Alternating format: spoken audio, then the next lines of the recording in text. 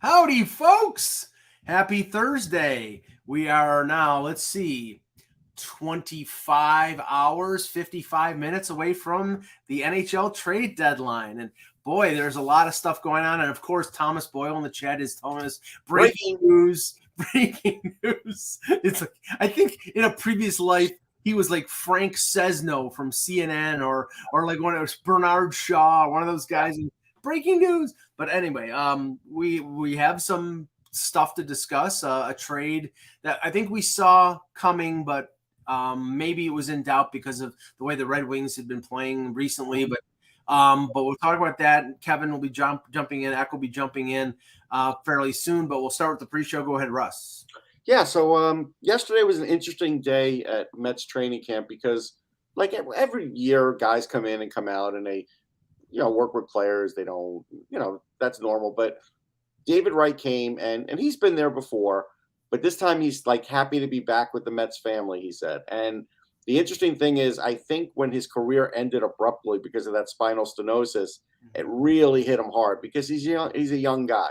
Right. And he was at the top of his game. You can make an argument 5 more good years. He might have been a Hall of Famer. Yep. He was on track. He finally got to play in the World Series, but he wasn't really David Wright anymore. He was right. So he did his best. This guy was rehabbing, I want to say 6 hours a day so he could play in a game. Like that's how bad it got.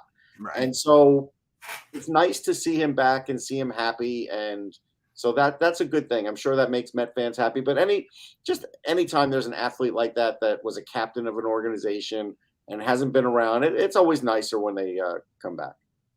Yeah, I mean, I think it's like, okay, Andrew, we're gonna be talking about hockey. We're just doing Don't worry, Andrew. Calm down. We know, please chill, breathe.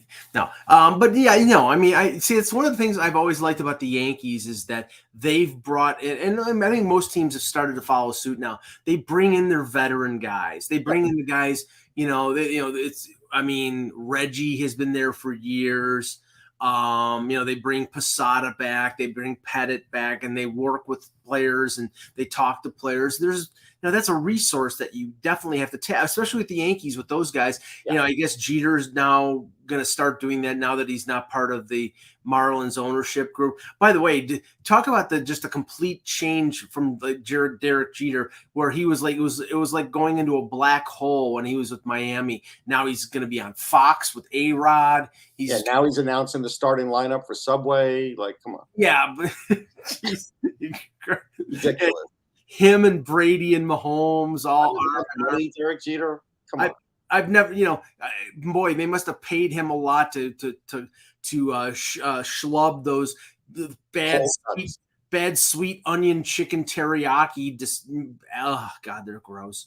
Anyway, So okay, let's start the show. Hello, Hockey World. Today is Thursday, March the 2nd, 2023. I'm Russ Cohen. Mike almost blew it. No, I didn't. Yes, he did. Dramatic. No, he almost blew it. Dramatic. And I'm Michael Agello, and this is the HockeyBuzzcast here on HockeyBuzz.com. All right, let's start with the deal that happened today, and hopefully in the next few minutes, Kevin will jump in and we can get his opinion on the deal made today between the Red Wings and the Boston Bruins. Now, I think we had a hint that Bertuzzi was going to be moved after Detroit had lost the 2 games in a rather one-sided fashion. As Kevin said, it was like a tennis match, 6-2, 6-1, that they were going to move Tyler Bertuzzi if they had somebody who would give them their price. And the Boston Bruins gave them their price. They got a 1 in 2024 and a 4th in 2025 for Bertuzzi. And yeah, do I have Eklund disease? No, I don't. Flamester. But this deal, I mean, it was precipitated by injuries that happened to the Bruins. Apparently, I don't know if it was the game in Edmonton or the game in Calgary, but did we just see Foligno score a goal? That was against Edmonton. He got hurt against Calgary. Oh, against Calgary. Okay. Yeah, they played Calgary the following night. But Hall is in. I just saw him. It's like, I know. Hall is injured. He's on LTIR. He'll be back for the playoffs. Yeah, of course. This is a Kucherov move. Yes. Yeah, I mean, this is a Kucherov move. So yeah, Hall's on LTIR to clear his salary. Foligno's on IR to clear his salary, and they bring in Bertuzzi at 50% for a number 1 and a number 4. And I think it's a good move for the Bruins. Are clearly all in. I mean, I don't think they care about the draft picks whatsoever. So they're going to just add and add and add as long as they can fit it under the cap. I mean, in terms of not trading the draft capital, but in terms of the ad of the player who fits the Bruins style of play like a T, this is a no-brainer. The Bruins are like that person at the buffet line that's just going to make one more trip. I'm just going to make one more trip and kind of go through there. And that's what they did.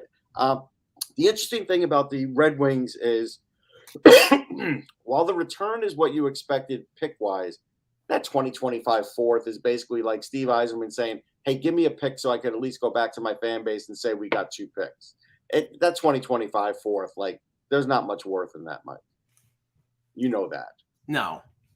Yeah, I'm sending of course, I shirked my responsibilities and didn't send Kevin a link. That's why he's well, I was rushing to Yes, I've shirked my responsibilities. Just fire me. But the fourth is irrelevant. Yeah, no, the fourth is irrelevant. I mean, it's draft capital, but I mean, I think that, it's just, I mean, And don't ask me about the 2025 draft. Nobody asked me. I'm not saying a word, even if I have a partial list. I'm not talking about it. I found this hilarious. I get an email. I'm on the email list for the NHL, and everybody's pumping their trade deadline coverage. TSN is starting, I know Sportsnet's starting at 10. I think TSN's starting at 8 a.m. NHL Network sent out an email that says we will have 10 hours of trade deadline coverage. About what? What's going to be left? They're going to show last year's trade deadline. That's what they're going to do. They're going to be like, hey, here's a compilation of last year's deadline hits. No, I mean, they're going to go through and just talk about all these trades and analyze them. But sorry, folks. I mean, we're probably going to do the same. We're probably going to start around 1:00. We have some things planned, though. Yeah, we have. Yeah, well, unfortunately, I'm going to save it for off the post.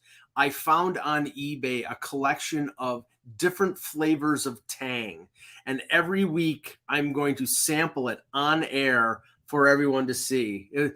I'm expecting you and Anthony to kick back $8 each for. That's fine. I'll give you the $8. Anthony the Horn will be on the next show, but it's okay. Some of the flavors sound bizarre. It's like, I mean, okay, grape Tang, cherry Tang, fine. Guava flavored Tang. I mean, that one I'm like, that one could be a little iffy. I'll take a little sip of that one. Pineapple, okay, there's Kevin. Okay, so. Sorry, Kev, we're live here, and I'm sorry I didn't send you the link. It's my senility kicking in.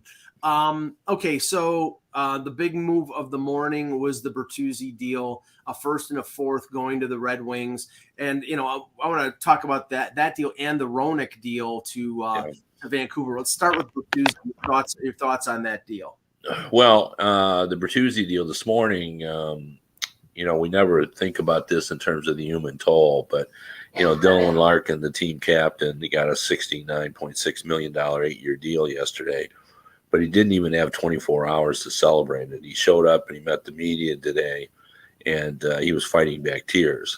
Tyler Bertuzzi, he called him one of his best friends. They talked this morning about it. He didn't want to share any details, but it's pretty clear that he has, quite a bit of sadness over this, that his guy is leaving. And he talked about that, he just said Bertuzzi is kind of a strange, awkward looking player who gets the most out of his ability. He scores a lot of goals. He's always the first one. He said, how many times has he stepped up for me? Whenever I've been threatened, Bertuzzi's always the first one there. And, it's pretty clear that they had a special bond, but, this was going to happen. It was pretty clear that Steve Yzerman and Tyler Bertuzzi were not on the same page. And people think it's all about the vaccination, but it's not about the vaccination. I'm sure that played a role in it, but it was about the previous contract negotiations. Yzerman looks at negotiations differently. He is a guy that, really hates discussing comparables.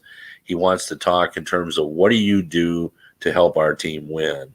And it just didn't seem that either of the contract, or actually now three of them, contract negotiations ever went smoothly. They did get the first two done, but this one I thought it had no chance all the way through. I thought Bertuzzi wanted to hit a home run. He wanted a really big contract, and I don't think Yzerman, believed that Bertuzzi had done enough to earn that contract. Yeah, and the other deal, I was a little stunned by. He's a good defenseman, but based on the stuff that you've said about Hronek being more of a one-way, offensive-minded power play quarterback type of defenseman and not a two-way guy, for them to get the Islanders' first-round pick in 2023, the conditional pick, and a second-round pick in 2023 for Hronek is unbelievable. That is a grand slam home run by Yzerman. It's bigger. Yeah, I mean, he is a legitimate NHL defenseman, to be sure, but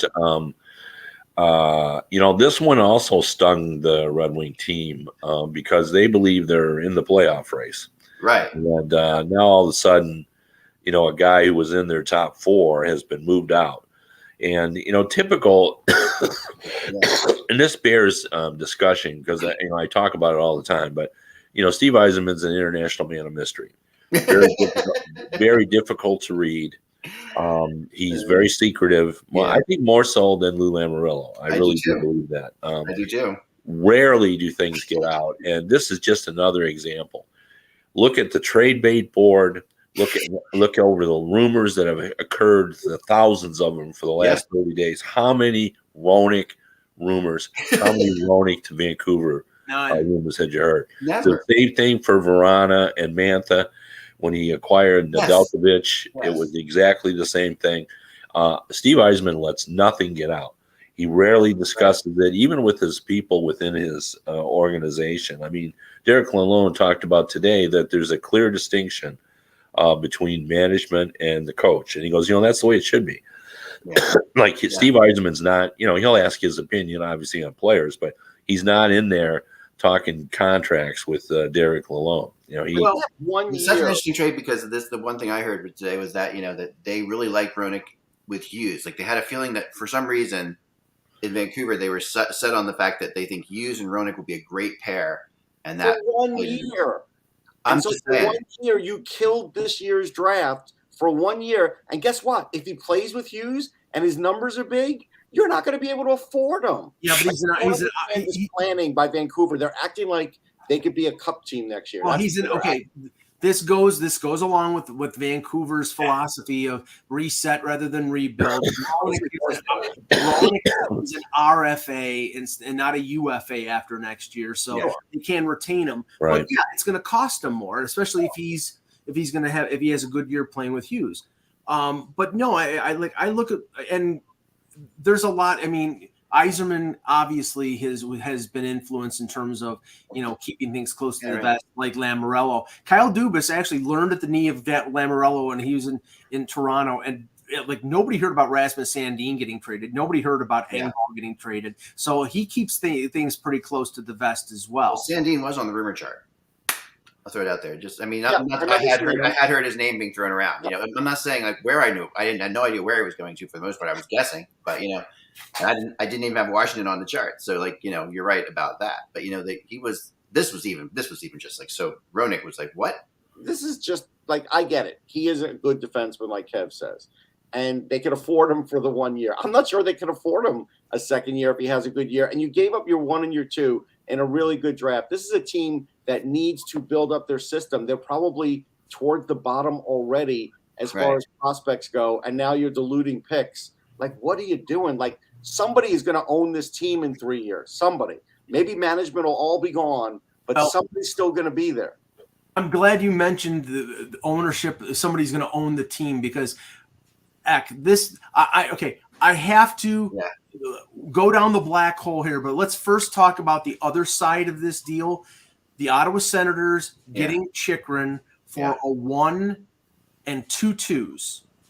The Western Conference going to fold next year or something that we don't know about? Yeah, that's a great thing.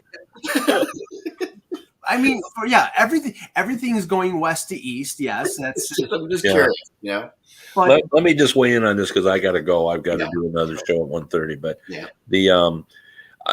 my take on all that is I was absolutely stunned that, and I don't buy for a second the Coyotes' idea. Well, the Senators' picks are better.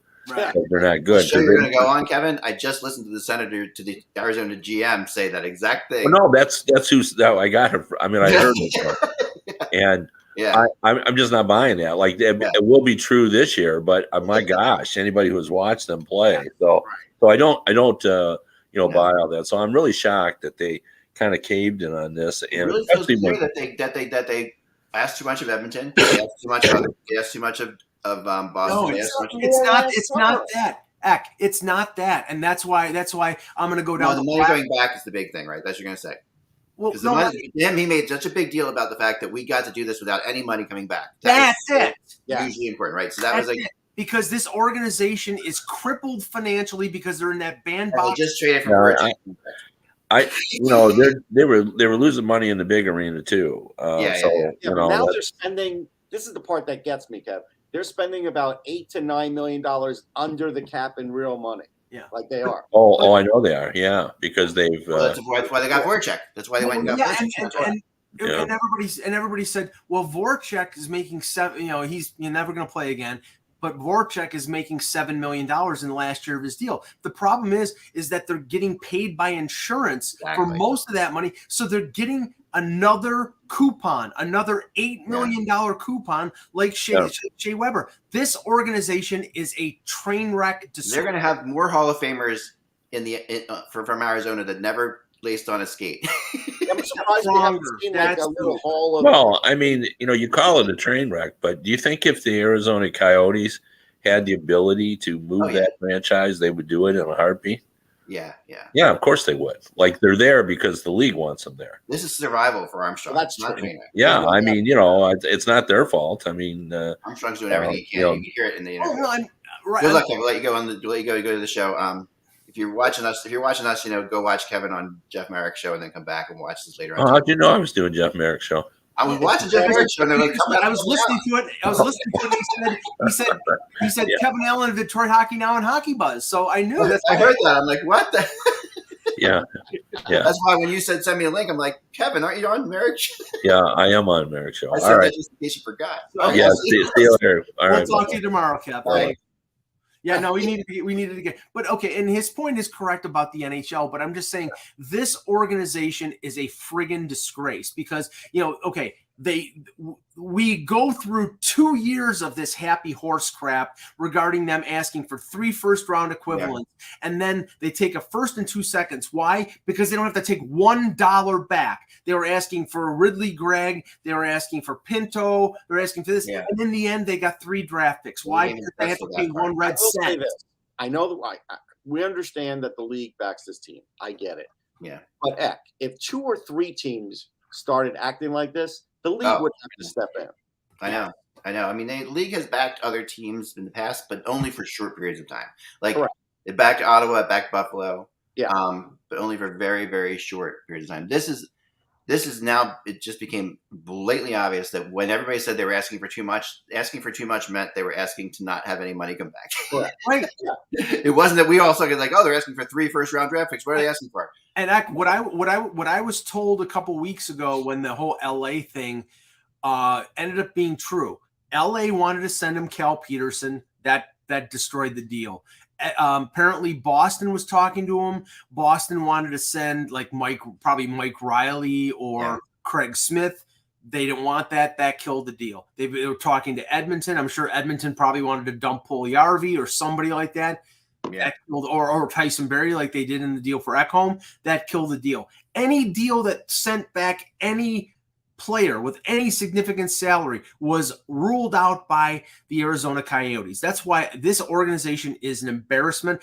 For this sake alone, I hope they don't win the lottery and don't get Connor Bedard. That franchise doesn't need to be saved. It needs to be moved. Your hopes and dreams don't matter anymore. Well, Bedard is No, going it to doesn't. Montreal. Well, I'm just going to say it anyway. I don't give a crap.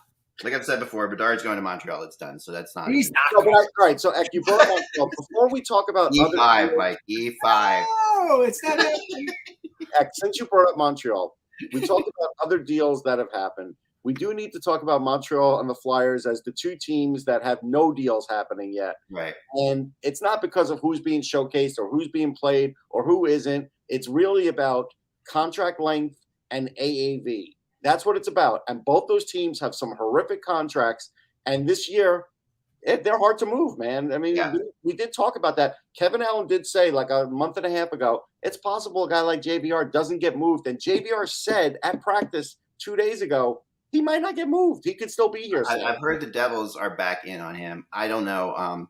But I got to talk about something about that, Russ, while we're here for a second.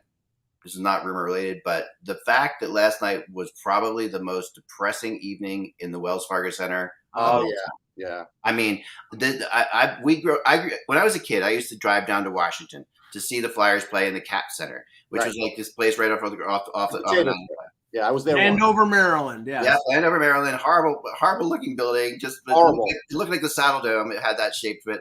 But you go down there, and there would be 12,000 Flyers fans in there. It was easy to get tickets. When I lived in Virginia, I actually went a few times. It was easy to get tickets. Yeah, 5,000 Flyers, 5,000 Caps fans, and 12,000 Flyer fans. And if Flyers fans would be last night, but I never in my life, and if Ed Snyder saw this from the beyond, he's going to curse this team forever. Oh yeah. Because never in my life would I have imagined a moment when there would be more Ranger fans in the Philadelphia building than there were Flyers fans. That's and never happened. Never. Not like that. Not the degree it was. No. And this is why it happened. Is this when the trade went down?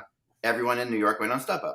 Right. And they went because they're thinking, okay, this is going to be his first game. We're going to go see Kane's first game. Correct. And of course, the Rangers were afraid to bring him to play him against the Flyers, which makes sense. But so that's why all the Rangers fans were there. I mean, I went on StubHub just out of curiosity, right after the trade happened, and I go on StubHub once in a while to see how Flyers tickets are, what they're costing and StubHub, and you can always get a Flyers ticket for like $20, right? Maybe even less. The most expensive ticket in the building, $150 on StubHub the day of the game or the day before the game. I went on 5 minutes after the trade was announced officially, and the least expensive ticket on StubHub in like the top of the building was $150, and then there were $350 and $500 down by the glass. It was crazy. Now it's been getting bad this season. Like other teams have been coming in and dominating, just not to that degree. Yeah, I mean, I know I was there for a game, against I forget who I was seeing, but I went with my daughter and against Pittsburgh. Yeah, and there were a lot of fans there too, but it was nothing like. That was the Islanders. It was nothing like before against the Rangers. There was a lot of "Let's go Rangers" a ton, but not like this even. Yeah. No. Okay. And if anybody in the chat had this happen to them, please chime in because Russ contacted me and was telling me that there was he usually runs into blackout issues when it comes to Rangers games where he's located. Okay, this game was on TNT. I'm in Buffalo. I've had Rangers games on TNT in Buffalo that were on. And then last night we get this game is essentially being blacked out. Apparently it was blacked out everywhere. In Philly too. Yeah. I'd like to know what the hell is going on because that's a national broadcast and why it would be blacked. Yeah, it was a big thing. I would say this. There's one guy who I know who works for a cable company, and he basically went online just to say, hey, look, you can watch it on your app. That's the only workaround here. Otherwise, you can't watch it. But people in Philly, people in New Jersey, and I guess North and South. That never happened, Russ. Well, it's crazy. Well, the funny thing is, so just finishing that thought for a second. The Sixers were on Comcast Philly, so that probably aided the problem. And when Tage Thompson had his 5-goal game it was a TNT game. The screen apparently was frozen for like the first 2 periods, so nobody in Buffalo could watch the best game in Sabres history in terms of goal scoring. That kind of stuff. So the only thing you could do is watch on the app. But I'd like to know why it was blacked out nationwide. It makes no sense. Email Eklund@HockeyBuzz.com and I'll tell you how to get around that. But the reality here is I can't say it here. But this is like absolutely absurd. This is how you lose viewership because you know what my wife said to me, because this is the third time it's happened in the last like month, right? My wife goes, "You realize you're one of the only idiots that will keep searching until you find the game. Most people are just going to move on. They're just going to any casual fans are going to be like, oh, I guess the Flyers aren't playing tonight. Right. Yeah, right. That's what they're going to say.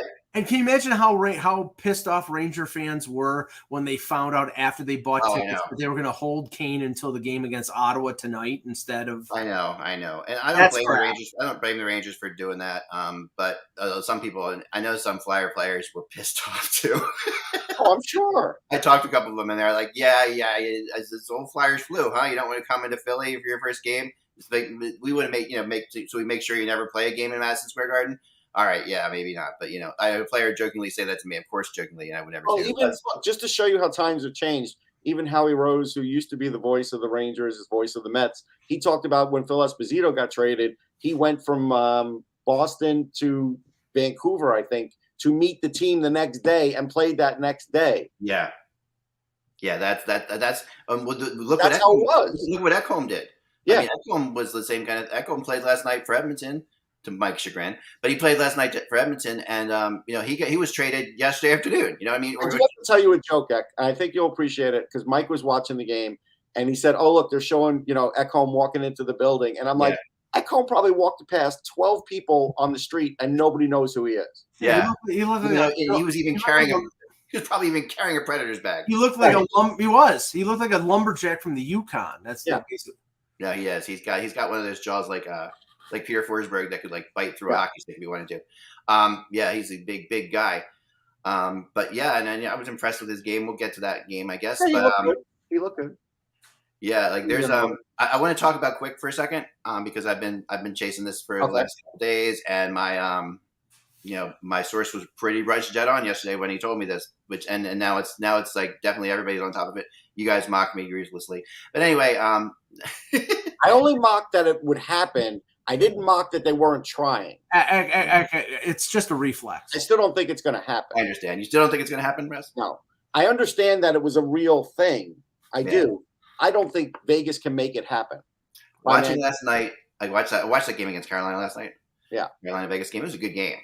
Eichel just looked unbelievable in that game. That's the best I've ever seen Eichel look. And they actually said to him after the game, they mentioned to him, I don't know if you saw the interview, like, do you think this is the best you played so far for Vegas? He's like, yeah, I think that's probably maybe the best I've played in the NHL so far. And Eichel just said that right out. I'm like, wow, that's pretty impressive. I like when a guy has confidence. For Sabre fans, we're happy to hear that. Yeah, he absolutely was just ridiculous. And he's, but even with that, Carolina's good.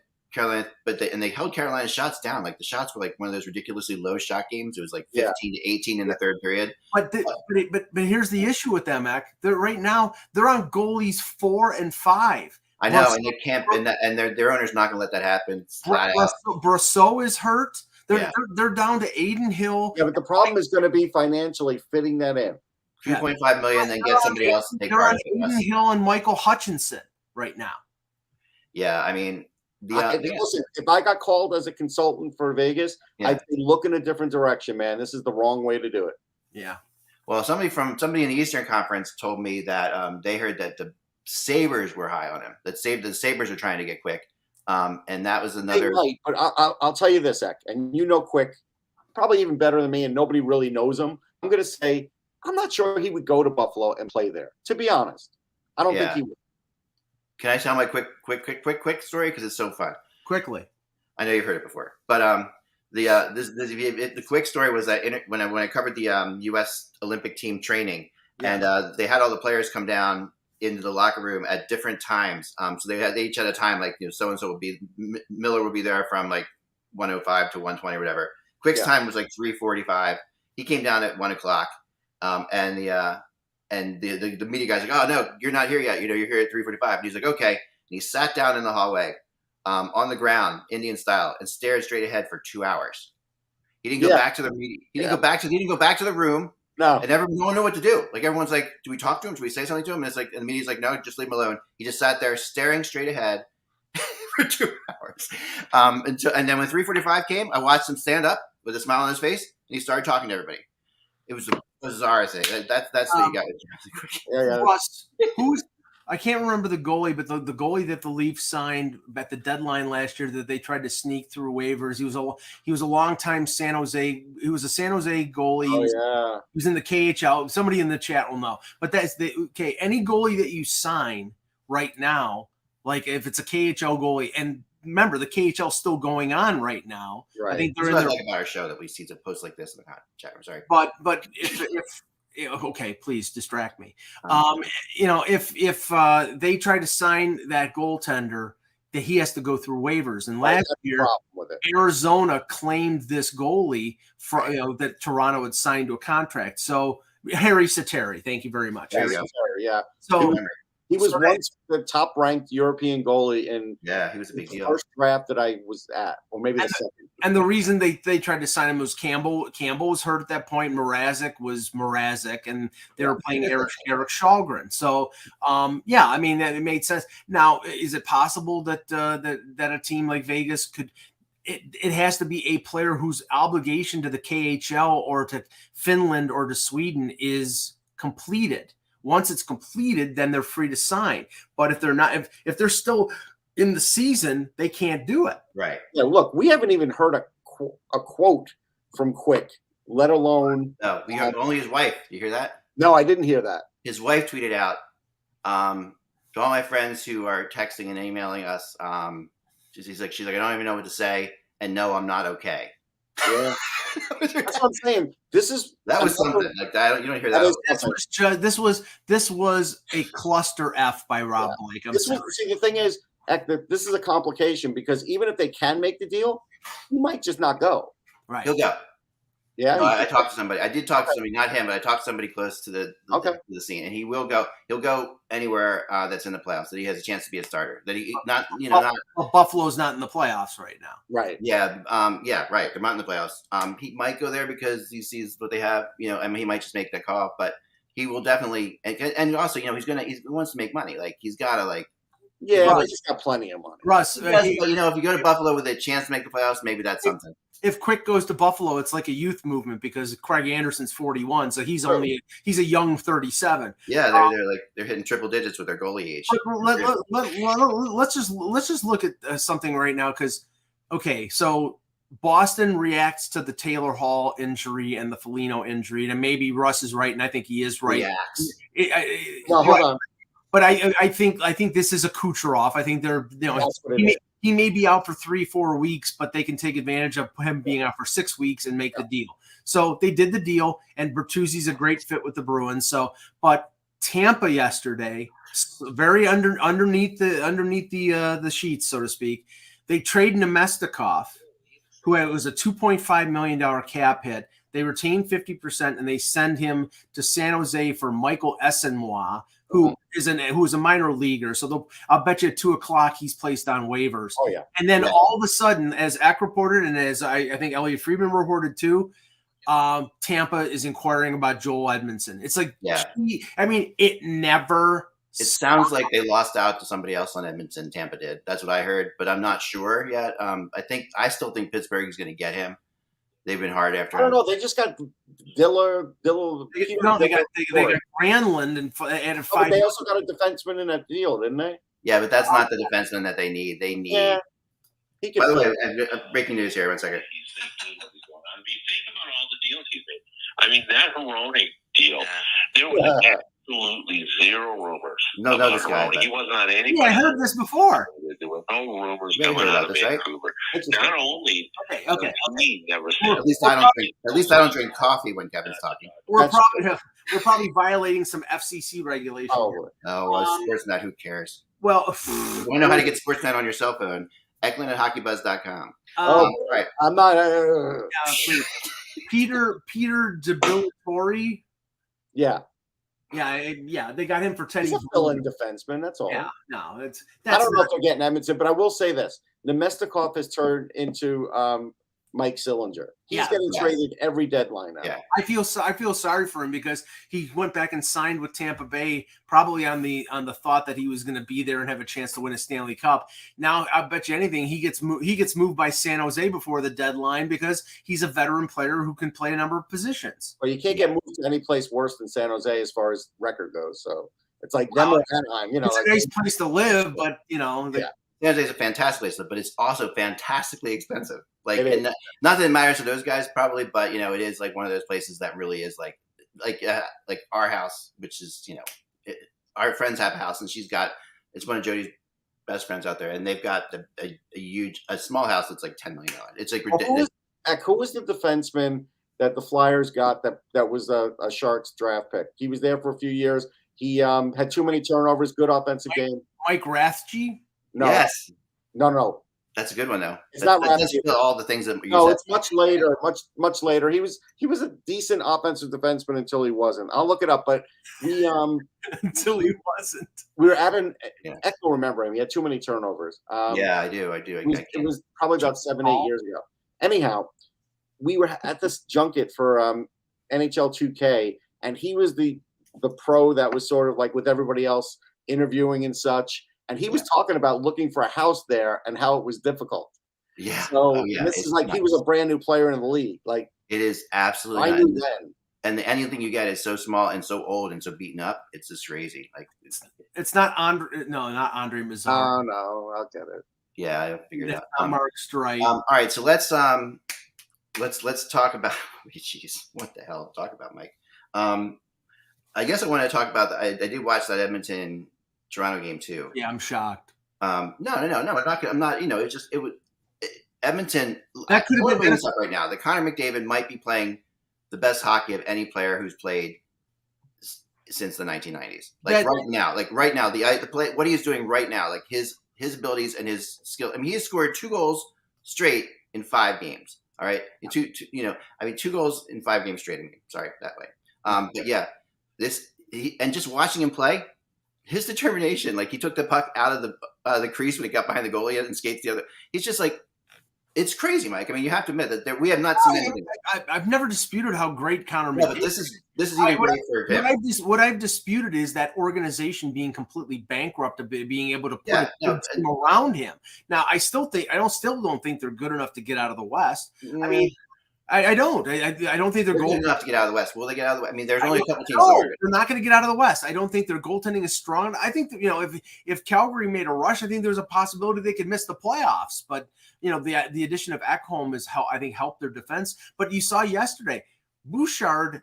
They scored a power play goal, but it was a McDavid individual effort. Their power play was not good with Bouchard at the point. So I honestly think they might be well suited to getting themselves a power play quarterback before. No, they do need that. And I thought that, Ekholm was better than, I've seen him on power plays. He's a good defenseman. He's a great defenseman. I'm not debating that. But again, they paid more for him than Chychrun, than Chychrun, Matt Carl. Okay, yeah, he was a little bit, yeah. Matt Carl was, he was. The Chris Pronger creation. He was the Pronger creation, right? And because he played so well with Pronger, he got a big contract and left. Right. But back when he was a rookie, he could barely afford San Jose. Yeah. Buffalo, Mike? Did he go to Buffalo? Matt Carl? I don't think so. He signed a big contract from the Flyers, because he went to Tampa. I think. I think you're right about that. I think it's Tampa. Yeah. So this San Jose, Tampa, Flyers, then Tampa again, then Nashville. Tampa it was Tampa he signed back with. So they got him from Tampa. Yeah. Anyway, but in that game, this is obviously tough. I mean, Mike, with all these players, all these new players. Well, the problem, and this is the funny thing. The problem wasn't the new players. The problem was the core group of the Leafs didn't show up. I'll give you the line from Sheldon Keefe after the game. We just didn't play with any purpose or intelligence. He wasn't talking about Sam Lafferty. He wasn't talking about Jake McCabe, who actually played pretty decently. He was talking about Matthews and Marner and Tavares and Neal. Yeah.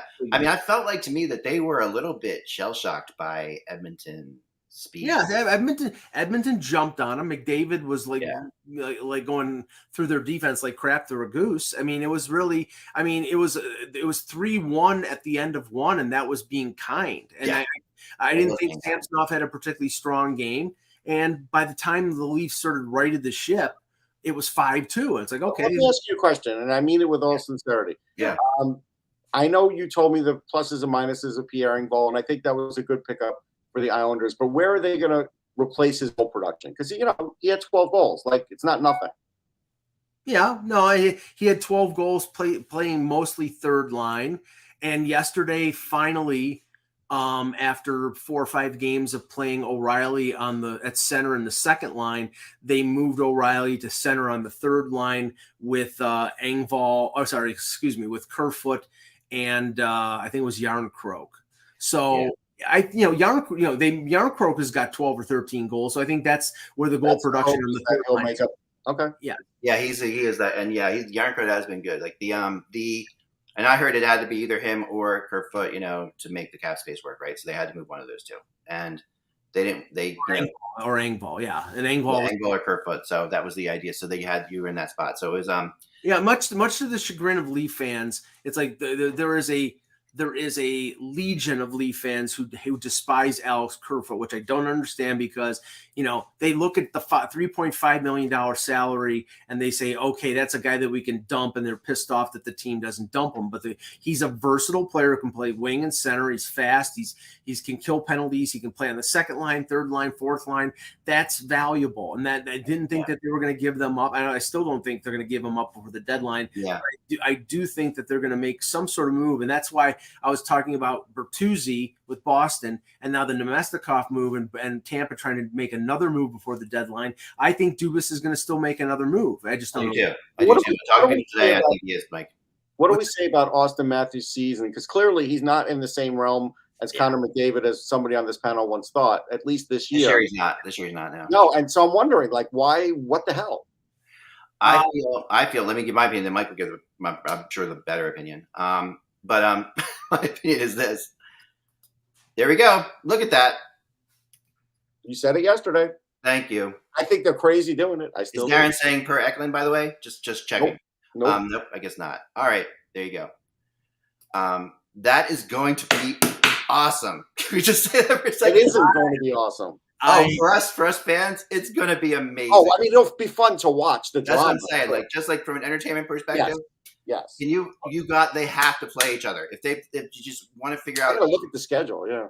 I mean, I don't. They very much could play each other. You mean in the playoffs? You want the playoffs? They could play each other in the first round. It's possible. Yeah, but okay, just to say, Matthews this year has not been the Matthews of last year. Last year, I think he had 12 or 13 games where he scored 2 goals or more. This year, I think he's got 1 or 2. So, he's still going to score 40 goals. Let's not say, all of a sudden Austin Matthews sucks. 28. I don't know if he's getting 40.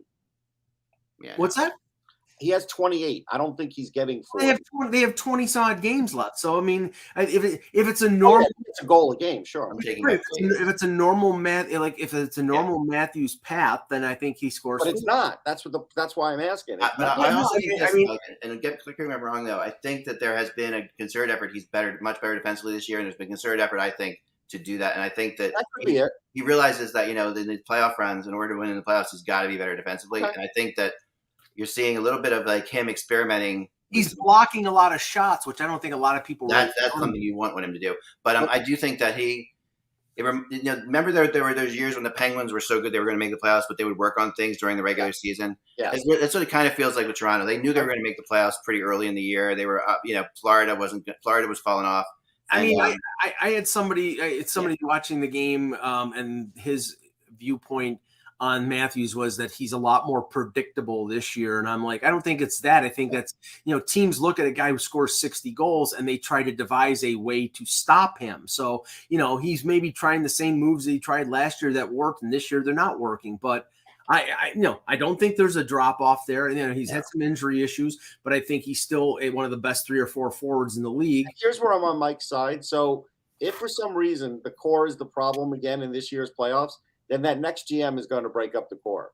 Like, yeah, that could happen too. I agree with that. Jeez. I mean, that could definitely happen as well. I think that when you look at I mean, to me, I really do think that when I watched Matthews' game, that's who I saw him play. That's who I took my daughter to, Toronto. I'm sorry, I'm going to lose my mind. That there were a lot of Maple Leaf fans in the building that night, and I was There's like, a lot of Maple Leaf fans everywhere. there are, but there were more than usual.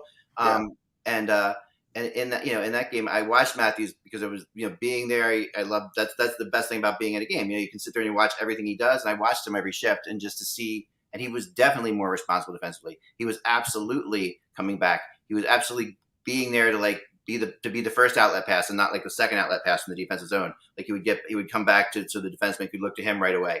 And you get the puck on him and people just navigate to him, and that opens up the ice for everybody else. So it's really he was definitely doing a lot of unselfish type things. Yeah. And maybe this is just a year where he learns how to do that, and then next year he puts it all together. You know what I mean? We've seen that happen with other players. Next year he can play defensively and he can score. I think there's a lot of buy-in with this team to have success where they've failed in the past. And Matthews wants to win. Matthews wants to do everything he possibly can but it's going to take him being able to play like that and score, because their problem has been, and I think I illustrated that on one of the shows earlier in the week. If you looked at their 2019 game 7, 2020 game 5, 2021 game 7, last year's game 7, they've scored 1 goal or no goals in all those games. And you need to score to win. When you get outscored by Nick friggin' Paul, that's what happens. You need to score to win, but you also, he's seen that they've been eliminated in defensive battles, right? So it's like, I think part of that comes into play too. Like, he shouldn't be the guy who does that, but he is good enough. Like McDavid, they're good enough to be good defensively. Like they are strong enough to do that. And the thing is that all the deals that Dubas has made over the last few days enables other players to play some of those roles that Matthews and Tavares don't have to. That's why O'Reilly playing third line center and matching up with the Cirelli or a Point in a Tampa series. No, that's a good matchup. Yeah, I mean that's a good matchup, and then it frees up a Matthews or Tavares to play against Nick Paul, who's a slower, bigger forward, and they can a lot of goals in the play. Talk to somebody who, and this is like negative on the Leafs. I don't like to do it because I want the Leafs to win. I personally want the Leafs to win. I really do. Like I want the Leafs to beat Tampa. I do. I just want to do that. I try always to put them there. Mike hates when I predict them. Well, because you're jinxing them. That's why. I'm not. I just hate. I know I understand I have that kind of power, Mike, but I don't think that. So like the reality is this. I talked to somebody about the McCabe trade. McCabe basically for Sandin. Like let's just get that's it was what it McCabe for O'Reilly because that was the pick. But I think it's to me you give it one defenseman, you get another defenseman. Yes. But you're flapping defenseman, right? Right. And they got a better defensive defenseman, a tougher defenseman, which they definitely haven't had since Muzzin got hurt. Right. That's obviously true. Right.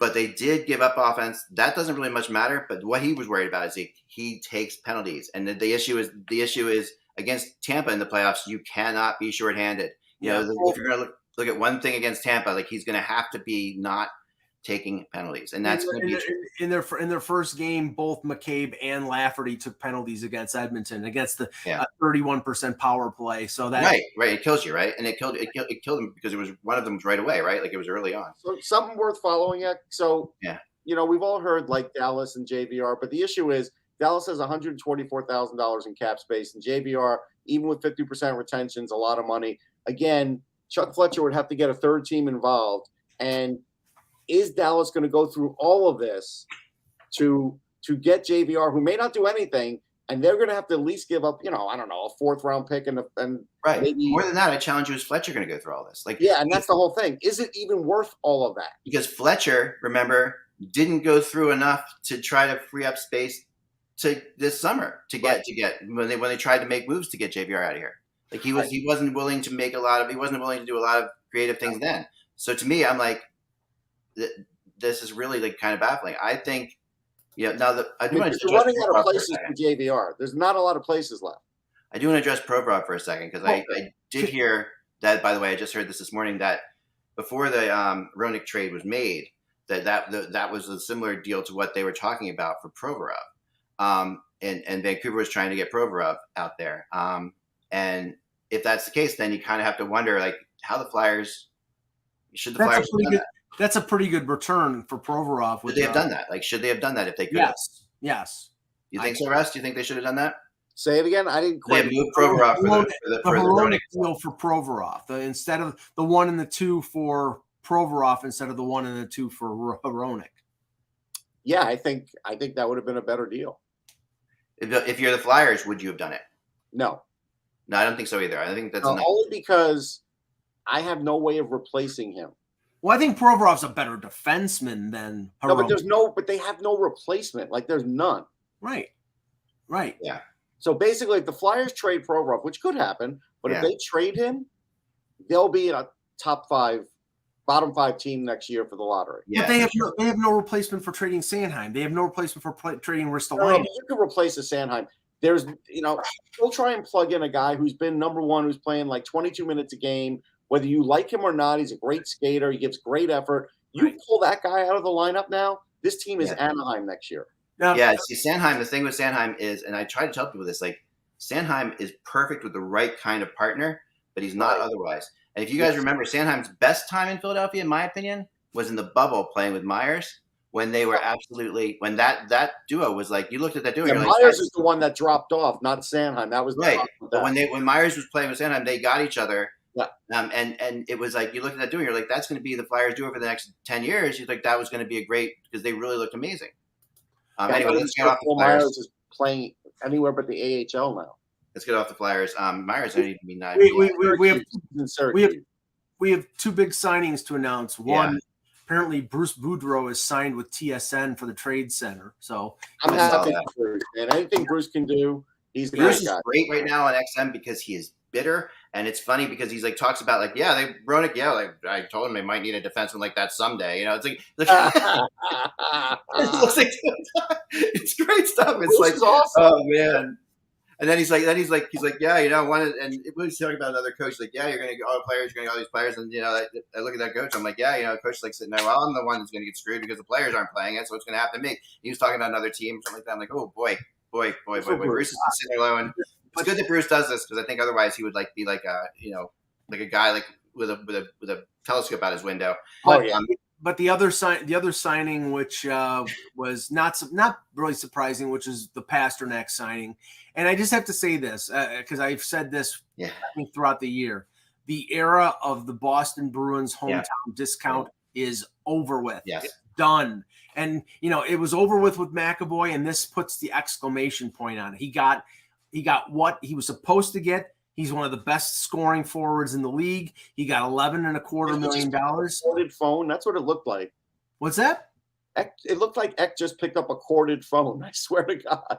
Is it one of those cordless ones like Michael Douglas in Wall Street? The one that gives, I don't know, satellite phone. I don't know what the hell he's using. Well, Eck has like old video game machines, so he probably have that phone like gives you brain cancer by holding it up to your ear. I'll tell you what this did for the Bruins. What this did for the Bruins was achieved for them maximum dollar value for playoff tickets. They will charge the largest amount they've ever charged, which is no surprise, but even larger than what you thought because of everything now, the way everybody's feeling about this team and everything's great. Again, we'll see in 3 years. They better win the cup. They win the cup, nobody worries about it. You win the cup, you win the cup, nobody worries about it. But in 3 years, who is David Pasternak playing with besides McAvoy? And it's going to be a little rough out there. McAvoy and Lindholm and Charlie Coyle and that was about Vegas and quick. That's why I answered the phone. It's pretty much done. Okay. I mean, it wasn't like I don't know. It used to be you couldn't say it until the trade. You used to not be able to say it until the trade call. Then you can say pending the trade call. Now people are saying it even before that. Okay. I will just say, I'm going to stay constant to yesterday. He will not win them a Stanley Cup. Sorry, he will not. Listen. Here's the thing. He might not. He probably. I mean, Russ, he probably won't. Of course not. But that's logically yes. But here's the thing: that everyone's in saying that Aiden Hill is better than Quick in the chat room and stuff like that. He's not. Okay, because at the end of the day, Aiden Hill hasn't you still give a chance to Quick. I get that. He hasn't been in a playoff series like Quick's been. Like Quick will. He might fail. He might fail horribly. But at the end of the day, he's He's the guy who could steal.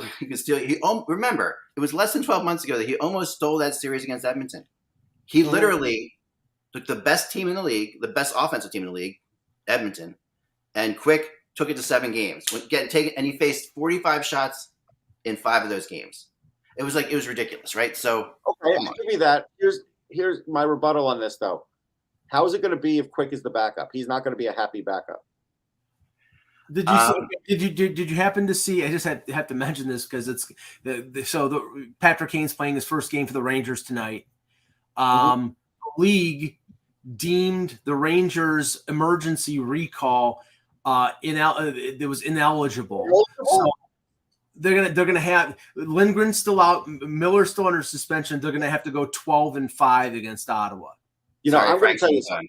Frank's on the phone. I'll be right there. I'm going to tell you something. I guarantee you, Dolan has already called Bettman about this. Like, this is unfair. What is going? I mean, why did they say they deemed it ineligible? I see. The thing is, I think Dolan would probably call emergency recall. Right. You're limited to players who I think make $800,000 or less. Okay. Now, I don't know who they were recalling, but if it was Schneider, he makes more. Yesterday. Okay, but I don't know who they I don't know who they called up. If it was Lieber Hijack or something like that. I mean, what's his name makes 1.2, I think. Right, that's too much. You can't call that guy up. Hold on. Yeah. I'm going to look in hard for you. Keep talking. Yeah, Zach Jones makes $925. Right. Ty Emberson makes $853. Cooper Zek makes $830. All these guys make too much. It has to be somebody making $750 or less. Right. Yeah, that's probably $800 or less. So that's probably interesting. By the way, I was just told about the Quick thing, and I'm sorry to interrupt and change topics for a second, but I was literally told that Jarmo Kukalainen actually planned on trading Quick the whole time, and this probably was discussed with Blake, but we'll never know. Like, you know what I mean? It's one of those situations, like, because Blake didn't want him to. Blake wasn't sending him there. He was sending him someplace where he couldn't send him himself, in a way. Like, you know, and I think that Blake, and I think Jarmo is actually, he doesn't have to trade Quick at all, but I think he's actually doing a good thing just for the guy. You know, I really think this is like one of those things that's like. I get that. Aaron Portsline says the deal is completed, but we don't know what it's. Okay, so Mike, $762,000 for Brzezinski. You're telling me that's under the threshold. That would be. So why didn't they call him up? I don't know. You'd have to ask Chris Drury that. That doesn't make sense to me. Right. I mean, if somebody in the chat said it was Matthew Robertson, he's making less than $800,000. So unless they didn't have the caps, see, it's a way of circumventing the cap that's legal. Because like if you're up against the cap and you have an injured player, remember like Calgary had a few years ago where they were playing 17 players. They put a rule in the CBA that you were allowed to call up players to fill your roster spots as long as they didn't make a certain amount. As long as they have $1,600 against the cap. I have more than that. So that's just wrong with that. But the problem I don't have that right now, Russ. I don't have it either. But the thing is, when they have Cooper Zek, when they get him in a deal, that put him over the threshold. Like, shouldn't Chris Drury have been looking at this? Like, they're playing 3 games in 4 nights. You would think. Not decide the season, but it could decide the division. And don't you think they should have done the math a little better then? On waivers. Answer somebody. You would think so, Russ. I mean, I think you would think so, right? Yeah. To answer. On waivers today, JF Berube, Evan Fitzpatrick, and Derek Pouliot. Derek Pouliot, a guy who I did peg. Former 7th overall pick in the draft. Mike, what did I tell you instantly about Derek Pouliot? I don't recall, but I know it wasn't good. It wasn't good. I said the Oilers are trying to do something right now too. I was just told. I said it was a terrible pick, and I rarely do that, but it was. For a 7th overall pick, that's pretty bad. Yeah. The Oilers are going to get another defenseman, I was told. I don't know. We're going into it right now. Okay. Well, this is wrong. For a conditional 7th. Well, but okay. So it looks like Tampa's trying to get another defenseman. Yeah. It looks like Edmonton's trying to get another defenseman. It looks like Toronto's trying to get a forward. Yeah. I don't know. Possibly a defenseman too, Mike. I heard possibly a defenseman. Well, they've got 9 of them. How many defensemen can you have? They would be moving. It's going to be a hockey trade, so it'd be a trade for trade player type thing. It could be Gustafson because I think Gustafson doesn't really fit what they're Yeah, doing. no, I mean, he's not a worst guy to have as your 8th or 9th defenseman. But it doesn't make a lot of sense to have a guy who's at 38 points and who's at $800,000. You could recoup. Yeah. I'm not saying he's a superstar or anything like that. I'm saying they need to recoup some draft picks. Let me ask you this, Ek. Is it possible that when the Flyers trade Justin Braun, it's again for future considerations because they just had Isaac Ratcliffe was traded for future considerations? Could the Flyers have 2 trades be future considerations? And it could be again to the Rangers, Russ. Like that's the other thing I heard. Wow. I didn't think they were happy with him though. Maybe they weren't, but I heard the Rangers name, the Devils name came up. I think it's going to be someone in the New York metro area because there's also the Islanders name came out too. So Kulikov especially makes sense for them because he's $2 million. Yeah, and the Ruby out of Florida is on waivers too. Yeah. Somebody's going to take Klingberg eventually. Yes. They're not going to get anything. They're not going to get the bang for the buck that they thought. They thought they were going to get a first-round pick for him. Yeah, they're not getting anything like that. I think somebody could make a claim on JF Ruby. No. Why? I mean, as a goalie, right? You're a goalie. I mean, Kevin, because I know you mentioned Kevin Lankinen. Eric Chychrun is better than Kevin Lankinen. No, he's not. I will debate this. Yes. How many career NHL starts does Chychrun have versus Kevin Lankinen? I think Chychrun has about 20. All right, so we'll look up Lankinen. I'm looking up Lankinen right now. I know that Montreal, Toronto called about Lankinen, I was told, and that is going somewhere with that. I wrote it up on the rumor chart. I mean, Lankinen right now, he has started 82 games in the NHL. Okay. So who do you think they'd be more confident putting in, Chychrun or Lankinen? Chychrun, because they know. No, you're insane. No. Also, I'm telling you, Russ. Lankinen's older too. Lankinen's got a lot more. He's just older in general, isn't he? Like Lankinen's like 27. Yeah, he's 27, and Chychrun's 26. I mean, okay. And plus, Lankinen's making $1.5 million. Now, Lankinen as a backup in Nashville is having an actually pretty decent year, 919 save percentage. But Chychrun's better. But Chychrun has played well for them last year and this year. And Lankinen is at $1.5 million, which they can't afford right now, unless they get a 13. But as $1.5 million, they can if they take half that.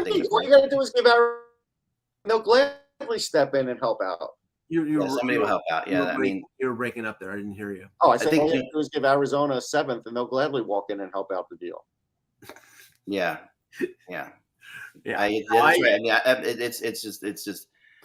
It's just crazy. I would rather have Lankinen. You stay on your island with Chychrun, Mike. That's fine. I think that. But the thing is, Chychrun is their 4th goalie. The guy who's 3rd is, I think, even though he doesn't have a lot of NHL experience, I think is better. But maybe the Leafs don't want to expose Joseph Woll to. They're not putting in Joseph Woll game 3 against Tampa, series tied 1-1. And this is another thing. The Sabres are, by the way, guys. The Sabres are in on Max Domi. Okay, that's not going to do him any good. But that would be surprising. Why? I'm not surprised. No. I mean, okay. You get Chicago to retain 50%. First of all, Chicago doesn't need to retain anything with Buffalo. They have $18 million in cap space. I just when Kevin Adams is talking about not disturbing the sort of chemistry and camaraderie of that team, Max Domi he's not a polarizing guy. He's not a bad guy.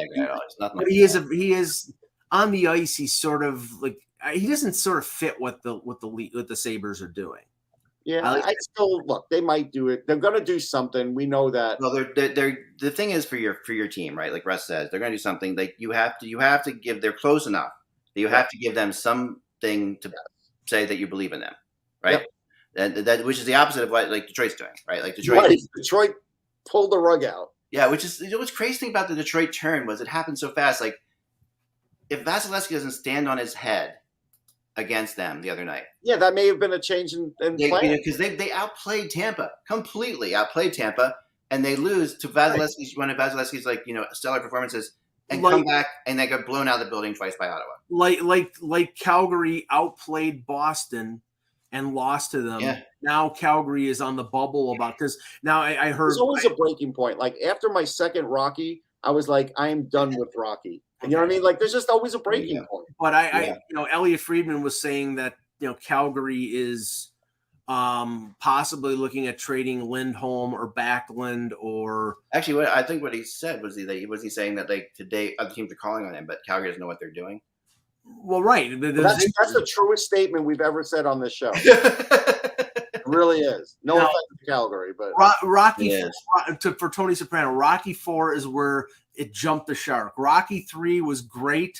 Clubber Lang, Drago. Great. Shut up. Have you guys watched any of the Creed stuff? No. Rocky 4 Soprano. Tony Soprano, you still think Khudobin's getting traded? Go get out of here. 1 second. You made me almost choke on water. Khudobin in a fourth for it's okay. We've got two things in the chat that are I can depend on. Thomas Boyle with breaking news and Tony Soprano with Khudobin. Every show it's Khudobin. Yeah. But honestly, Calgary right now is a steaming pile. Like they just are. At 3:01 p.m., Tony, you cannot say Khudobin any longer because the deadline would be passed and he's an unrestricted free agent, so they can't trade him. So it's over with. It's excuse me. It's over. Tonight, if Calgary were to lose to Toronto and Markstrom gets the loss after Sutter has put all this pressure on him, that probably makes him a seller, right, Ek? Yeah. It's very possible. It'll depend. What I saw, it totally depends on Sutter, which is like God. It depends on Sutter's mood after the game. Like if is he going back to the farm? Yeah. I mean, this is a team that has so much more talent than where they are in the standings. It's mind-boggling. Remember how good they were in the playoffs last year? Yeah. And now, granted, they lost the whole line almost. Oh, listen, I said when they lost Gaudreau, that impact was going to be massive because not only does he score the 100 points, but he also helps others score. He does, and he has been it hasn't been his fault that Columbus has been terrible. No, he's a point a game there on a horrible team. He is, but man, Calgary is just mystifying. They are. Well, before we end the show, I mean, it's almost a point a game, 54 points in 59 games. Yeah, I was going to say we should take a quick look at something on things on the rumor chart, maybe. Yeah, good idea. Yeah, so let me see if I can share the screen here. Hold on, I know that I can here. Hold on, there we go. Share screen. And Hockey Buzz, and there we go. I don't think I can zoom in, but yeah, there we go. So let's so Eck was right, 40% on Vegas. So check that one off. That's correct. Yep. John Gibson. He's not going anywhere. I don't think he's going anywhere right now. I think he could go in the summer. I think that's likely because when it gets to a point where people who observe a team feel sorry for the goaltender because he's just, his talents are being wasted. Yeah, I think that's the case. I mean, we know what's going on with the Ducks. They're trying to, either get draft Fantilli or Bedard. And John Gibson is in his late 20s. He's still a really good goaltender. I just think he needs to get out of there. I really do. And they can get him out. That's the Oilers. That was the call right there. The Oilers have made inquiries about Klingberg, and they tried to sign him. I called that like months ago. Yeah, they tried to sign him in the offseason. So. Yeah, and if they can get, Anaheim will hold half the money, of course, but they'll have to move something else out to make that move work cap wise. But there would be but Klingberg just has been not good this year, right? But that's who knows. Like you're putting him in a situation. Yeah, I mean, he could do better. But again, we have to look at this situation like I still don't know what they're doing if they get Klingberg. Yeah. I would be more in favor of them getting more of an Ekholm type than a Klingberg type. Nurse could still run the power play. It's not like I meant to say that yesterday. It's not like Darnell Nurse can't run the power play. Yeah, but he gets hurt. He gets hurt, Russ. And the thing is, like, if he gets hurt, like, Barry was a good backup plan for that. And But Ross, what they were saying on the Edmonton broadcast that I was watching yesterday was that they don't want Nurse playing. He's one of their penalty killers, and he's matchup 5-on-5. They don't want him playing. That's why they want and they think they need Bouchard. Well, they should trade with the Leafs for Gustafsson then instead of spending all the capital on Klingberg. Right, exactly. But I was told by somebody that they're not in on Gustafsson. So because I thought that would be a good fit, but it's apparently not something. So the rumor chart you just saw there, by the way, is going to be completely updated this afternoon because I am adding a bunch of new players and stuff like that. I've been trying to get. It's like a trade deadline. A new trade deadline was thrown at us now all of a sudden. It's like I'll tell you what one of my playoff hopes and dreams are to see Gustafsson in for the Leafs in the playoffs and talk to Mike on the phone while that's happening. You think that I have problems with Justin Hall? Who by the way, Justin Hall, who's 6'4" or 6'3" and 215 pounds, gets into a fight with 6 foot, 180 pound Ryan Nugent Hopkins and gets his clock cleaned. I heard Nuge was pretty good though, like surprisingly strong. He gets his clock cleaned by him. Yes, Quinn Hughes is on the list. Someone asked that question, and yes, honestly, he is on the list still. And I not listen. It's like 90%. I think I have 90%. But there have been calls for sure, and it would be New Jersey. It would be New Jersey. It would probably be a summer thing. But don't be surprised if this summer, like, there's no question right now that Vancouver is willing to trade almost anybody. Except for Peterson. That's what I was told. Honestly, nobody would be surprised with anything Vancouver does. No, right. And, Besser. Connor Garland. The Islanders have made inquiries about Besser. I refuse to try and make logic out of what they're doing now. Yeah, and the fans, Vancouver fans are rightfully, after that Hronek thing. I'm going to give Nashville, they're asking me grades on their trades and everything else. They get a B+, man. They're a team that they figured out. No, but they figured out we are going nowhere, and this is a good draft, and the next one's pretty good too. Let's do this now. Let's take the Band-Aid off. Let's stop with all of this, and let's start over. And they did it right. Boyle sold high on Jeannot too. Like he sold high. He did. And it could have been.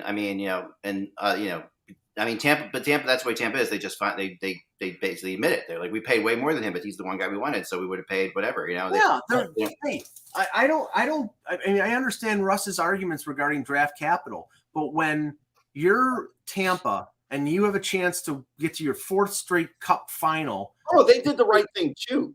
It's just what it is about draft capital. It's not every pick hits. Yeah, right. There's a percentage for everything. But again, like to give you an example. You look at the Flyers draft, right? And they said, we want to be in heavy on 2003.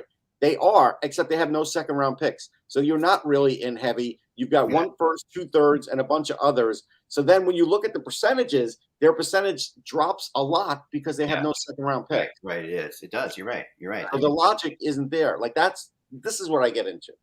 Yeah. No, and that's going to be logic, like we talked about yesterday, logic, Vegas, and quick, right? I told Kevin that we're talking logic. Listen, right? That's a feeling, and they feel like he can do it. Great, but I am all for it. And the reason I said I was all for it again is just because we've seen this script in hockey before. This is like not and like the Gustafsson you're talking about, Mike, that you don't want helped eliminate your team. When he played for Montreal.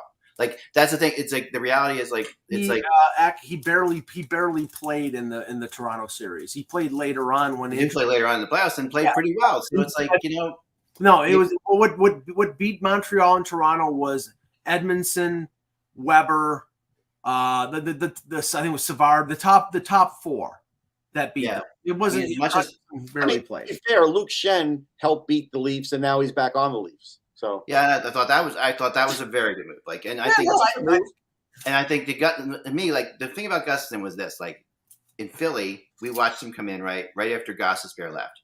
It was bad. It was bad. No, but the feeling was, Russ, when you watched them. Remember, I was sitting there talking to you. Like that could be Gostisbehere out there. Like they play for a few weeks. It looked like that. Yeah, they play so similar to the style. Like, it's Gostisbehere when he's not playing well, and Gustafsson when he is playing well.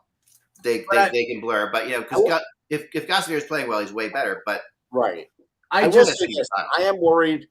Even though I picked them to win, and I don't know if I'm going to change my picks. I know we'll have an opportunity. I'm a little worried about what Carolina has done. I'm not sure they've done enough. And I think they made an absolutely brilliant move with PRV. I don't know. I think he's a depth guy. I don't even know if he's going to be in there. It's no risk. No, from talking to people about him, and I talked to I've one really good friend in Edmonton who's around the team a lot, and he said, listen, he just lacked. He was culturally messed up in Edmonton. Right. He needs to be around Finnish players. He's going to be with all of his friends on a team without pressure, like he was in the Edmonton. Rod Brindamore. No, but the Carolina media versus the Edmonton media. No, I get that. And the Carolina fans, there's a chance that he could. And I think what he is really is, and this might sound bizarre, but I think he's actually probably like a pretty good defensive player, like more than you think. And that's what someone in Edmonton said. Like he actually could be molded if he was molded right by Brindamore into like a Simone Gagne type player, like where he is not. That's what I've heard. So I don't know. I just think that was an absolutely brilliant move. I think it's a no risk move for them. It's a 1 year commitment, and like you said, I think he could flourish around. Now the thing is, in Edmonton, the worst that he played was when he played with Draisaitl and McDavid. He played better as a depth guy, as a second, third line guy. So maybe that's the secret. Well, I think he's a guy, like when he was on the offense, Mike, I think he's used to like being the guy with the puck. And when you play with Draisaitl and McDavid, you're not the guy with the puck. You got to get open. They'll get you the puck, but you got to find them. And he's not the best at like positioning himself and finding the way to the net and stuff like that. But he is good at getting the puck out of the corners. He works pretty hard, and he actually is like one of the nicer guys. From what I've heard, he's a really good guy. And he is a good guy. I just don't know where he's going to fit in on that team. Honestly, are they going to shuffle their lines now for him? I don't know. I don't think they will, but I think that they'll let him get in there. Like if I was him, I would just let him get in there and be around the team this year. Like if he makes an impact, fine. He's still so young. Like for next year, I could see it. Right now, I look at it as a depth guy. But Carolina's moves right now have been Gostisbehere and Puljujarvi. It's not enough. Honestly, it's they typically do a lot less. I mean, they do. I mean, but they were in on everybody. We heard it from Kevin, and we did. They were in on Meyer. They were in on Kane. They were in on Kane. No, that's true. That's true. That's true. But they also are like they only do things that they want. Like they're not going to go there. I mean, notice that Waddell doesn't go like above and beyond. He won't. Like what you have to do sometimes to get those guys is like. Well, there was a rumor about them being on Nick Schmaltz, and Nick Schmaltz got hurt last night in Arizona. So, and there was rumor about him potentially being somebody that Colorado was interested in.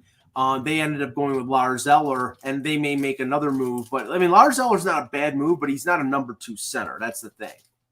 No, but he is a good. I mean, I thought Dallas would have done better with him. Like I thought if I was Dallas, I would have gone after Lars Eller, and I think that would have been really.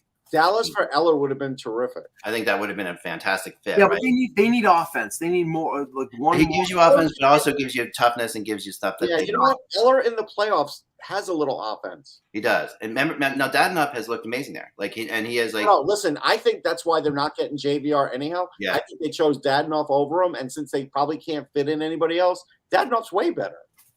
Yeah. I mean, JVR really doesn't create offense. Someone put JVR to Pittsburgh in the chat room. The Granlund thing. I do need to talk about the Granlund thing because let's talk about that. I'm not a Ron Hextall apologist. I'm not. But I understand what Ron Hextall was doing because Jeff Carter has been abysmal this year to the point where they needed to get another real center in there so they could put Carter on the wing and forget he was ever a center. I think that's why they did it. So they paid a high price. Well, you're right. There's speculation that move was made to placate Mike Sullivan since they refused to be in on Chychrun and not Sullivan wanted Chychrun. So let's give you something that'll help you, type of thing. Yeah, they still have. They are going to. I talked to a source this morning out there who is really really influential with Hexy, and they're going to get a defenseman still. They are good. There's no question that that's their main target is a defenseman still. And Peter Batori isn't enough. No, I think you're going to be looking. I think you're looking at Kulikov, Edmondson. I think Edmondson is their main target. Whether or not they can pull it off or not, I don't know. But I think that's what they really want to get. And after taking $5 million in salary from Granlund, that's going to be tougher. It is. It's going to be a lot tougher. But there is a definite. All right, I haven't tried to match this up, but I'm going to say it. Travis Sanheim for Brian Rust. Oh man, they would not trade Rust. I Philadelphia don't know about that. I've heard that they might down the Really? road. Philadelphia and Pittsburgh will Yes. never trade. No, they would trade. I mean, the Flyers would do that trade, I think. But I think they would too, and I think eventually Pittsburgh would do that too because, look, they just lost Bluger. They end up losing most of their ancillary guys because of the high salary guys. yeah, but they did. But didn't they just sign Rust? They did, but he's on the same kind of long term as Sanheim. So how bad do they want a defense? I mean, they could use Sanheim, and obviously Hextall knows and likes Sanheim. Yep. And he would like him. But Crosby loves Rust, though. That's the thing. I know. here are the moves. Not as much as Gensel. Sorry. Yeah, Here are probably. the moves that are made the day before the deadline because we were talking about Harry Sateri. So the Berube signing is to back up Bobrovsky. They had to sign him to a 1-year deal, and he had to clear waivers. The Toronto Marlies traded Dylan Ferguson, the former Vegas goaltender, to Belleville because they had a goaltending shortage. Now Ottawa has signed Dylan Ferguson because now Talbot and Matt Sogard, who was playing in Belleville, is the goaltending tandem. And Forsberg, I don't know. I think Forsberg might be out for the year. I haven't heard any update on him. So, I mean, a lot of these teams are making these little goaltending moves before the deadline just to stockpile. We have to do that. Like if like Toronto has to get somebody, and they Well, have here's the difference. Brian Rust his contract runs to 27-28 at 5.1, and Sanheim runs to 30-31 at 6.2. You start retaining, you throw another player in. They could do that easy, actually. Okay. Yeah, well, Rust does not really fit into their timeline though. Like Anything's possible, and we But know they're saying yes. I get you. yeah, it's possible. I mean, anything is possible, and we know the general managers sometimes go back on their word. But the one thing that Dubas has been very, I think, strong on is that he's not interested in adding a goaltender. Is that he's got his goaltender, and that's what he is. And he did say some stuff too right before he made the O'Reilly trade. We're not going to make a big player. We're not going to get a big player. I heard that too, Mike. Like right, and that's why I said what I said yesterday. Then Tampa made the Jeannot deal, and I'm like, he said he didn't react to it. I said baloney because he clearly reacted to it because within 48 hours they got McCabe and Luke Shen on the blue line. Why? Because you got a bunch of knuckle dragging Neanderthals playing in the bottom six with the Tampa Bay Lightning. Yeah, they're gonna go in and kick people's asses. Yeah. So you needed to do it. No, I mean that's true. That's true. It's so tomorrow we're gonna start. We said we were gonna start at 1. I'm not convinced that we shouldn't start a little bit earlier than that because look at what we're doing now. Like we're going to 2:30. There's so much to talk about. Even without trades, there's so much to still. We still haven't gotten into all the trades that have happened. Like there's a lot to talk about still. But we can start at 1 tomorrow, and we'll do it. We'll do that. Yeah, if there's something big that happens, we can always start a half hour early. Yeah, something. next year we're gonna start on Tuesday. All right, so that's like. We're just gonna run from Tuesday until Friday at 3 o'clock. It's gonna be like the Truman Show. You're gonna watch. You're watching me sleep in the corner of my room. I have a friend of mine who's on Twitch right now who did like this 48-hour live stream like that, like the Truman Show, and he's getting people to pay them. If people pay him like another $200, he'll go another day, and he's on his 50th day. And he's made money. He's made a lot of money, but he's live streaming his life 24/7. Like you can go on Twitch, you can see a picture of the camera filming him sleep and stuff like that. It's just crazy. Yeah. And to the Flyers chat room, you would be saving on term with Rust. He is definitely a Tortorella kind of player, and he scores 20 goals a year. Like seriously, you wouldn't want him, really? Yeah, right. I know. You would definitely want it. Yeah. There has not been any detail about what is going. For quick, it's going to be just. They don't know. It's not going to be anything really. It's going to be nothing practical. No, it's all mathematics. It took 12. It took 12 hours for them to release the details. Well, tomorrow is by this question is Zach wearing a suit tomorrow. Tomorrow is my son's 18th birthday. Oh, wow. Which is crazy. So I'll be wearing a birthday suit tomorrow. There you go. It's not your birthday. No, I know. So don't do that to us. Please. I'm not. I wouldn't do that to you guys. I'll be wearing blonde. Even though that's what the people want. If you want to wear one of your son's creations, then I'll have some puppets by me. If Russ the Chicken shows up, I'm gonna stop the show. He's gonna show up. Oh God. Russ the Chicken is it's so funny because we just the story behind Russ the Chicken is like one day Russ couldn't do predictions, so he did his predictions, and I had my son do the Russ the Chicken puppet. Yeah, and he's become a star on that YouTube channel. Which, by the way, I'd like to choke the chicken. For all that we I can should do get some here, credit for Russ the Chicken getting that boost. you should. And for all that joke here, my son has more. Does he still have a Twitter handle, Russ the Chicken? Yes, he has more. My son has more subscribers and gets way more way more views than we get. Like he's like 25,000 views per show. Like, it's crazy. So there you have it. I'm not saying a thing. Anyway, all right, we'll be back tomorrow with the show just about as long as this one. Remember, without the buzz, it's just hockey. We will talk to you tomorrow at 1. See you then.